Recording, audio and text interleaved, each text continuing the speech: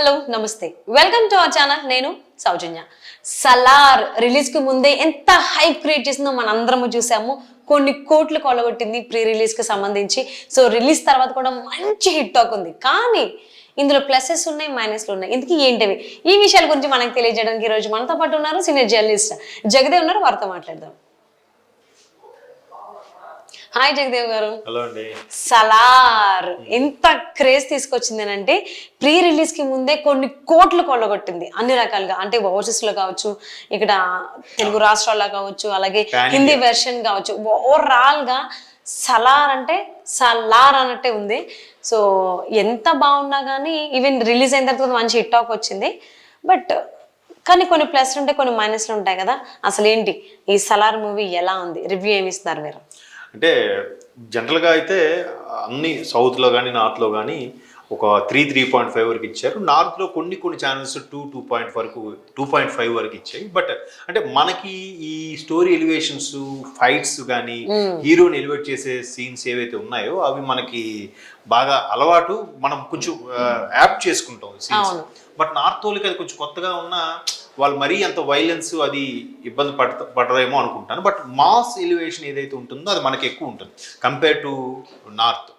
So Prabhas అనేసరికి ఆ కటౌట్కే ఆ క్రేజ్, ఆ ఇమేజ్ ఉంటుంది. ప్రభాస్ అంటేనే నిజంగా అంటే పాండియాలో అంత హీరో, అలాంటి హీరో ఉన్నాడా అని అనిపిస్తుంది ఒక్కొక్కసారి. ఎందుకంటే ఆ బాడీ లాంగ్వేజ్ కానీ నిజంగా ఆయన ఒక 100 మంది కొట్టాడన్నా కూడా నమ్మేలా ఉంటుంది. సో కటౌట్ చూసి కొన్ని అన్నట్టు. Yes, exactly. సో ఇప్పుడు ఏంటంటే ఇప్పుడు మనకి ప్లస్ పాయింట్స్ గా చూసుకుంటే ఇక్కడ మీరు అపియరెన్స్ లో ఉన్నదే తెలుస్తుంది. ప్రభాస్ అపియరెన్స్ అది ఇప్పుడు నేను చెప్పగానే చెప్పాను. ఆయన బాడీ లాంగ్వేజ్ కానీ, కట్అవుట్ కానీ, బిగ్ ప్యాక్ బాడీ కానీ చాలా చాలా అంటే హుందాగా, అంటే హీరో అంటే ఇలా ఉండాలరా, బహుశా ఎలాంటి వాళ్ళే హీరో అవుతారేమో అనేలా ఉండే. మరి బాహుబలి తర్వాత ఆ ఇమేజ్ రెండింతలు పెరిగింది కదా.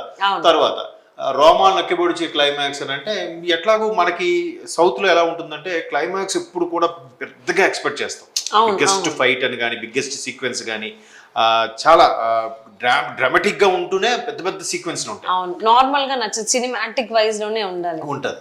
అంటే మీరు మన ఇంకా తెలుగు నేటివిటీలోకి వస్తే సుమోలు లేవడం కానీ, బాంబ్ బ్లాస్ట్లు కానీ చాలా బీభత్సంగా ఉంటాయి. అది next Prabhas elevation and fights.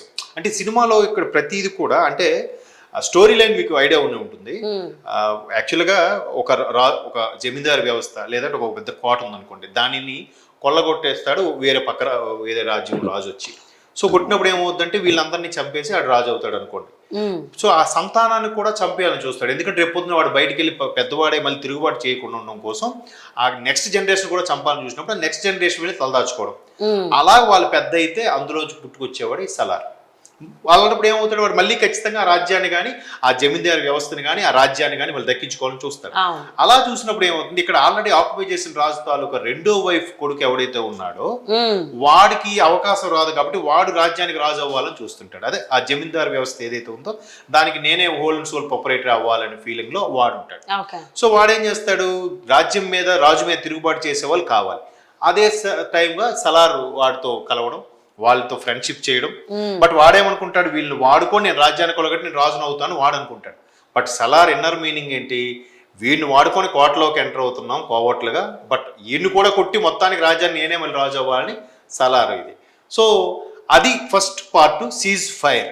అంటే ఫైర్ ని అలాగా మొత్తానికి లోపల ఫీలింగ్ ఉన్నా కూడా సీజ్ చేయడం, ఫైర్ని అలా కంట్రోల్ చేసి ఉంచి మొత్తానికి ఆ రాజ్యాన్ని పడగొట్టడానికి ఎలా ప్లాన్స్ చేశారు, ఏం చేశారు అనేది కాన్సెప్ట్, అదే స్టోరీ. ఆ ఎలివేషన్స్ హైలైట్ అనమాట. అడుగడుగున కోటలోకి ఎంటర్ అయ్యి లేకపోతే వాళ్ళకి వచ్చే కష్టానికి ఎదురొద్దడం, ఫ్రెండ్కి నిలబడ్డానన్నట్టుగా లోపల ఫైర్ ఉంటుంది, బట్ ఫ్రెండ్కి సపోర్ట్ చేసినట్టుగా పెర్ఫామ్ చేయాలి. అది ఎలివేషన్స్ అండ్ ఫైట్స్.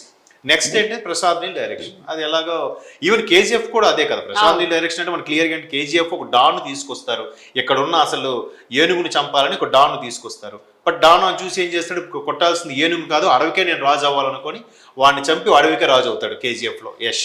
సో ఇక్కడ సేమ్ రాఖీ అనే క్యారెక్టర్. సో ఇక్కడ కూడా అదే స్టోరీ లైన్ వేరు. సో ఇంచుమించు అలాగే ఉంది. సో కేజీఎఫ్ కానీ ఇది కూడా మనం చూస్తే కొంచెం డార్క్ షేడ్స్, ఒకప్పుడు మండత్వం సినిమాలు నైట్ షేడ్ ఎలా అయితే చూసేవాళ్ళో సో ఇక్కడ కూడా డార్క్ షేడ్స్ లో చూస్తున్నాం కాబట్టి అది Prasad Neel way of style taking of, yeah. And style of taking ఉంటుంది. మ్యూజిక్ అంటే కెమెరా, మ్యూజిక్ అంటే కేజీఎఫ్ నిజంగా మీరు నమ్మరు, అసలు అంత మంచి బ్యాక్గ్రౌండ్ స్కోరు, ఆ సాంగ్స్ కానీ కొన్ని సీన్స్ ఎలివేషన్లో ఉంటాయి. ఆయన రవి బస్రూర్ ఎవరు ఆయన మ్యూజిక్ డైరెక్టర్. సో దీనికి కూడా ఆయన అంటే maximum Prashanth Neel and team అంటే లైక్ మన రాజమౌళి లాగే అదే కెమెరామ్యాన్, అదే మ్యూజిక్ డైరెక్టర్, అదే బ్యానర్ కూడా, హోంబలే అనే బ్యానరే ఇప్పుడు కూడా కేజీఎఫ్ నిర్మించిన బ్యానరే సలార్ కూడా. సో ఇప్పుడు మొత్తం దీనికి ఆ సామ్రాజ్యం ఏదైతే ఉందో దానికి ఖాన్సార్ అని పేరు పెట్టుకున్నాడు. ఆ ఖాన్సార్ చుట్టూ అల్లుకున్న కథ ఏంటి, ఈయన ముందు ఖాన్సార్ని ఏలిన వాడు తాలూకా ముందు సంతానం, ముందు జనరేషన్ వాళ్ళతో పిల్లడు వీడు ఎక్కడికో బయటకు వెళ్ళి మళ్ళీ ఆ ఖాన్సార్ని ఆక్యుపై చేయాలని కాన్సెప్ట్. రెండో దాంట్లో ఎవరైతే ఫ్రెండ్కి సపోర్ట్గా వచ్చాడో ఆ ఫ్రెండ్ కూడా పడగొట్టి ఈడే కదా అసలైన రాజు. సో అది సెకండ్ హాఫ్ లో చూస్తాం మనం సలార్ 2లో. సో పార్ట్ 1 అయితే అంటే మరీ ఎక్స్పెక్టేషన్ ఎక్కువైపోయి డిసప్పాయింట్ అవుతున్నారేమో కానీ ఫ్యాన్స్, ఓ మోస్తరుగా అయితే ఓకే, సినిమా పరంగా అయితే ఓకే, బట్ కొన్ని మైనస్లు ఉన్నాయి. ఆ మైనస్లు ఏంటంటే మన వాళ్ళు మరీ ఎక్స్పెక్టేషన్ ఎక్కువ పెట్టుకోవడం వల్ల గ్యాప్ వచ్చింది బాగా. దానికి ముందు డిజాస్టర్లు ఆదిపురుషు, తర్వాత రాధేశ్యామ్ డిజాస్టర్ అవడం వల్ల కొంచెం ఫ్యాన్స్ అత్యుత్సాహంతో ఓవర్ ఎక్స్పెక్టేషన్ వల్ల కొంచెం మైనస్ గా ఎక్స్పెక్ట్ చేస్తున్నారు. ఆ మైనస్ పాయింట్లు కూడా మనం ఒకసారి చూస్తే సెకండ్ హాఫ్ లో కొన్ని సీన్స్ అంటే కొన్ని డ్రాగన్ లాగిచ్చారు అన్నట్టు అనిపించే కొన్ని సీన్స్, ఆ ఎలివేషన్ సీన్స్ కూడా పెద్దగా ఆ డార్క్ షేడ్ ఉండడం వల్ల సరిగ్గా కనెక్ట్ అవ్వలేకపోయాడు. నెక్స్ట్ అక్కడక్కడ కేజీఎఫ్ ఛాయలు చెప్పాను డార్క్ షేడ్స్ అని. సో ఈ కేజీఎఫ్ ఛాయలు అనుకోవడానికి ఆ డార్క్ షేడ్స్, కథని డామినేట్ చేసే మ్యూజిక్.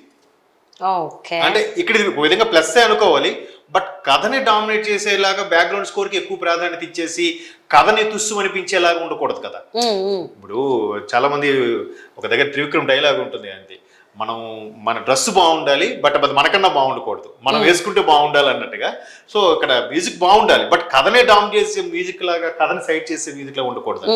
నెక్స్ట్ శృతి మించిన హింస అంటే మన తెలుగులో ఒక డైరెక్టర్ కూడా ఉన్నారు, పేరు వదిలేండి, అట్లాంటి భారీగా బీభత్సమైన హింస చూపిస్తే యూబైఏ అన్నట్టుగా ఉంటుంది కాబట్టి ఫ్యామిలీతో అందరూ చూడడానికి చిన్నపిల్లలు భయపడతారు, అదొకటి మైనస్. గుర్తుంచుకోలేని పాత్రలు, ఇప్పుడు ఖాన్సార్ అనే సామ్రాజ్యంలో సేనాధిపతి వాడుకు మెయిన్ పరిపాలిస్తున్న రాజు, లేదంటే వాడికి భార్యకు కొడుకు, రెండో భార్యకు కొడుకు, వీళ్ళు ఒక మిత్రబంధం, చిన్నప్పుడు పిల్లలందరూ వెళ్ళి ఓ దగ్గర తలదాచుకున్నారు, ఆ పిల్లల్లో క్యారెక్టర్లు ఇన్ని ఉంటాయి కదా, రాజ్యం అన్నాక చాలా ఉంటాయి, సైన్యాలు, ఇవన్నీ కూడా గుర్తు పెట్టుకోవాలంటే ఒకసారి చూస్తే స్ట్రైక్ అవుతుంది. మన కేజీఎఫ్ కూడా ఫస్ట్ టైం చూసుకుని మనకు అర్థం కాదు, 2-3 సార్లు చూసిన తర్వాత మనకు అర్థం అవుతుంది. ఇప్పుడు ఇది కూడా చాలా క్యారెక్టర్స్ ఉంటాయి, గుర్తు పెట్టుకోవాలి, ఎందుకంటే ఇది మళ్ళీ క్యారెక్టర్స్ అన్ని క్యారీ ఫార్వర్డ్ అవుతాయి ఆప్షన్ సెకండ్ సలార్ 2లో.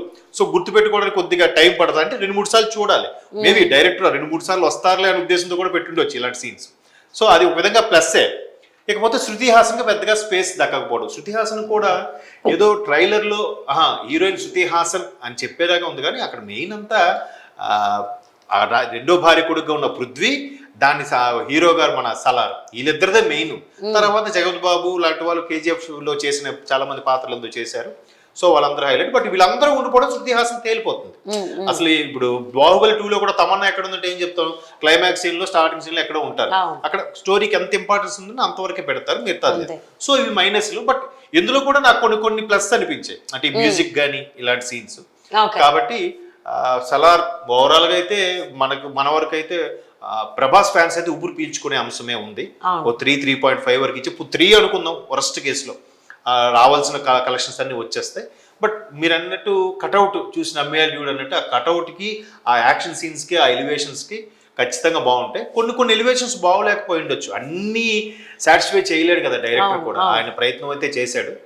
బట్ సో అదేనండి. సో సలార్ ఇంతకు ముందు ఏంటి చాలా సైలెంట్ గా ఉంది, ఎటువంటి బస్ క్రియేట్ చేయట్లేదు, రిలీజ్ కి దగ్గర పడుతుంది కదా అని 10 days నుంచి 15 days నుంచి వెయిట్ చేశారు. కరెక్ట్ గా 10 days ఉంది అనగా సో ట్రైలర్, టీజర్ అలా రిలీజ్ చేయడం. అవును, ఈవెన్ ప్రీ రిలీజ్ ఈవెంట్ కూడా చేయలేదు. మరి ఎందుకనేది కారణాలు వాళ్ళకే తెలియదు. బట్ రిలీజ్ కి ముందు మాత్రం ఎంత హైప్ క్రియేట్ అయిందో, అన్ని కలెక్షన్స్ కొల్లగొట్టిందని చెప్పుకోవాలి. ప్రభాస్ తన రికార్డుని తనే బ్రేక్ చేసుకున్నాడు, బాహుబలికి సంబంధించిన రికార్డ్స్ తనే మళ్ళీ రీక్రియేట్ చేశాడు సలార్ సినిమా ద్వారా. సో ఇదొక నిజంగానే ప్రభాస్ కెరీర్ లో మైలురాయి అనే చెప్పుకోవాలి Salaar cinema. So happy for that. Even ఈ సినిమా తర్వాత ఇంకా ఎక్స్పెక్టేషన్స్ చాలా పెరిగిపోతాయి డార్లింగ్ ప్రభాస్ పైన. సో చూడాలి ఎలాంటి కేర్ తీసుకుంటారు.